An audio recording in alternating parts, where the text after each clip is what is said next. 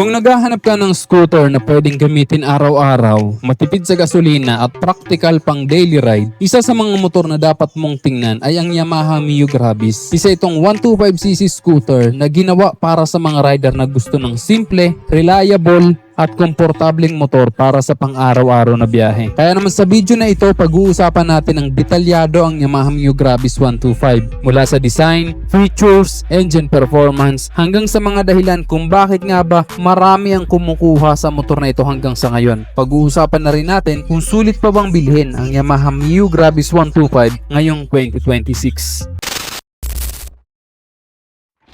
Simulan natin sa overall concept ng Mio Grabis. Ang motor na ito ay ginawa para gawing mas madali at mas komportable ang pang-araw-araw na pagmumotor. Hindi ito ginawa para maging racing scooter o pang performance build. Ang focus nito ay practicality, comfort at reliability. Kaya kung ikaw ay naghahanap ng motor na pwede mong gamitin papasok sa trabaho, pang grocery, pang service, o kahit pang long ride paminsan-minsan, isa ito sa mga modelong pwedeng pag-isipan. Sa design pa lang ng Yamaha Mio Grabis, mapapansin mo agad na iba ang approach kumpara sa ibang Mio series. Mas malapad ang katawan nito at mas muscular ang itsura. Hindi siya yung slim na scooter na kadalasan nakikita natin sa ibang Mio models. Mas makapal ang body panels ito at mas matapang ang overall design. Dahil dito, mas nagmumukha siyang premium at mas stable tingnan sa kalsada. Ang ilaw nito ay LED headlight na mas maliwanag kumpara sa traditional halogen bulbs. Malaking tulong ito lalo na kapag kagabi ka nagmamaneho o dumaan ka sa madilim na kalsada. At napakagandang tingnan, 'di ba? Lalo na dito sa harapan, meron itong DRL o daytime running light na bukod sa nagpapaastig ng kanyang forma, nakakadagdag visibility na din. Then ang maganda pa dito, meron itong built-in hazard lights na magagamit din natin lalo na in case of emergency. Kapag ka nakahinto tayo sa mga alanganing kalsada, mas malalaman ng mga nasa likuran natin o ng mga sasakyan na dumadaan o ng mga taong dumadaan na tayo ay nakahinto. Then pagdating naman sa kanyang meter panel, ito ay naka fully digital display na, kaya makikita mo na mga importanteng impormasyon tulad ng speed, fuel level at iba pang riding data. Then maganda dito, meron na rin itong orasan, kaya mamonitor mo na rin ang oras. Then isa sa mga pinaka-practical na feature ng Mio Grabis ay ang front fuel lid nito. Sa halip na bubuksan mo pa ang upuan pag magpapagas, nasa harap na mismo ang fuel lid nito. At wala ka nang tatanggaling takip, pipindutin mo lang ito at kusa na itong bubukas. Diba? Sobrang convenient talaga nito, lalong-lalo na sa araw-araw. Pagdating naman sa storage nito, isa sa pinakamalaking advantage sa Mio Grabis, may malaking under seat compartment ang motor na may capacity na 25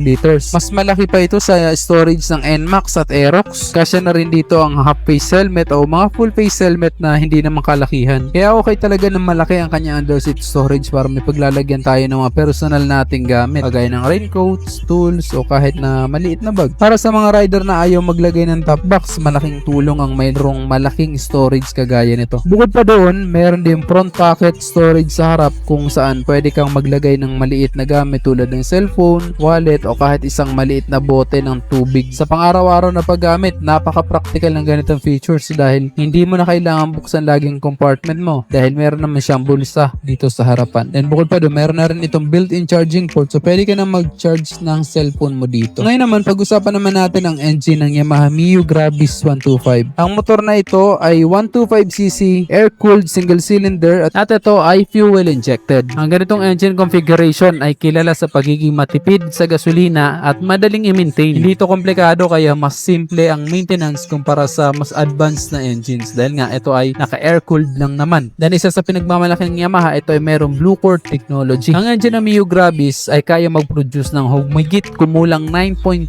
horsepower at 8,000 RPM at meron pa itong torque na 9.5 Nm at 5,500 RPM. Sa madaling salita, sapat ang power nito para sa pang daily riding. Hindi man ito pang racing, pero sapat na para sa city riding. Overtaking sa highway, kayang-kaya din, hindi ka rin mabibitin. At pag-akyat sa mga moderate na uphill roads, kayang-kaya din ng motor na ito. At talagang hindi ka rin mabibitin sa performance ng Mio Grabis 125. Kahit na 125cc lang ito, malakas ang kanyang performance dahil nasubukan ko na din personally ang motor na ito. At dahil automatic CVT transmission ang gamit ng Mio Grabis, hindi mo na kailangan mag mag-shift ng gear. Kaya naman madalas mga scooter na talaga ngayon ang binibili at isa itong Mio Gravis 125 sa madaling gamitin at madaling matutunan. Then pagdating naman sa suspension nito, meron itong telescopic fork sa harapan at single shock sa likod. Then maganda din naman ang kanyang suspension, hindi rin naman matagtag. Pagdating naman sa preno nito, naka-disc brake sa harapan, sa likod naman ay naka-drum brake, pero malakas din ang braking power ng Yamaha Mio Gravis 125. Then ang maganda dito sa Mio Gravis 125, mababa lang ang kanyang seat height, 780mm lang. So abot na abot ito ng karamihan sa mga rider dito sa Pilipinas o ng mga average height na rider. Kayang-kayang maabot ang semento o lupa ng komportable dahil hindi naman mataas ang kanyang seat height. Then very lightweight lang din ito, nasa 102 kilos lang. Kaya magaan lang ito, madaling maniobra. Pagdating sa traffic, hindi kayo mahihirapang istukod-tukod ang inyong paa. Then ang isa sa maganda pa dito, matipid sa gasolina ang Mio Gravis 125. Kayang umabot ng up to 45 to 50 km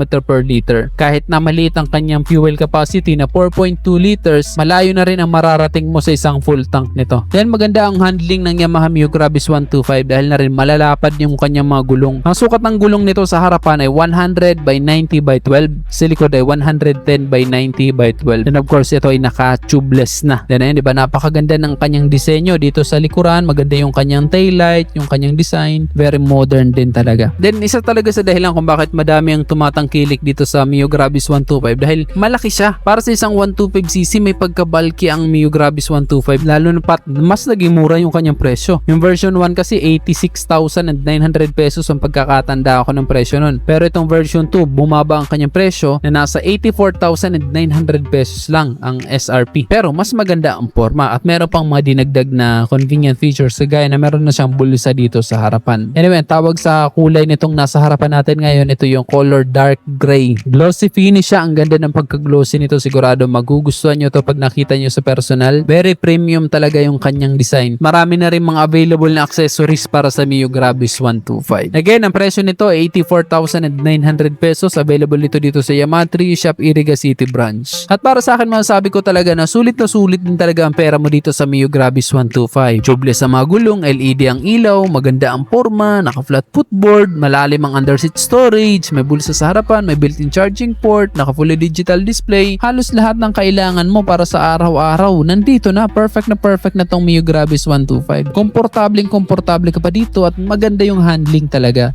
Kaya kung bibili ka lang din naman ng 125cc na motor, eto talaga ang isa sa pinaka-recommended ko. Malakas ang braking power, maganda ang performance ng makina. Subok na kasi ito eh. Isa ako sa nagkaroon ng ganitong motor eh. Kaya hindi ako nagsisisi na bumili ako ng Mio Gravis 125. Isa ito sa napaka-smooth gamitin na motor. Hanggang sa ngayon, okay na okay pa rin yung Mio Gravis 125 ko. Pero version 1 yun. Ito kasi version 2 na. Pero same lang din naman sila eh. Kayo, ano masabi nyo dito sa Mio Gravis 125? Isa rin ba kayo sa nagagandahan dito sa motor na to? I-comment nyo na lang sa baba ang inyong opinion at kung nagustuhan nyo naman ang video to, just hit like. Kung bago lang kayo sa aking YouTube channel, huwag kalimutan mag-subscribe. Click nyo na rin ang notification bell para sa mga susunod kong video ay updated ka palagi. Yun na guys, hanggang sa muli, ako sa Rosgo TV. Ride safe always and God bless.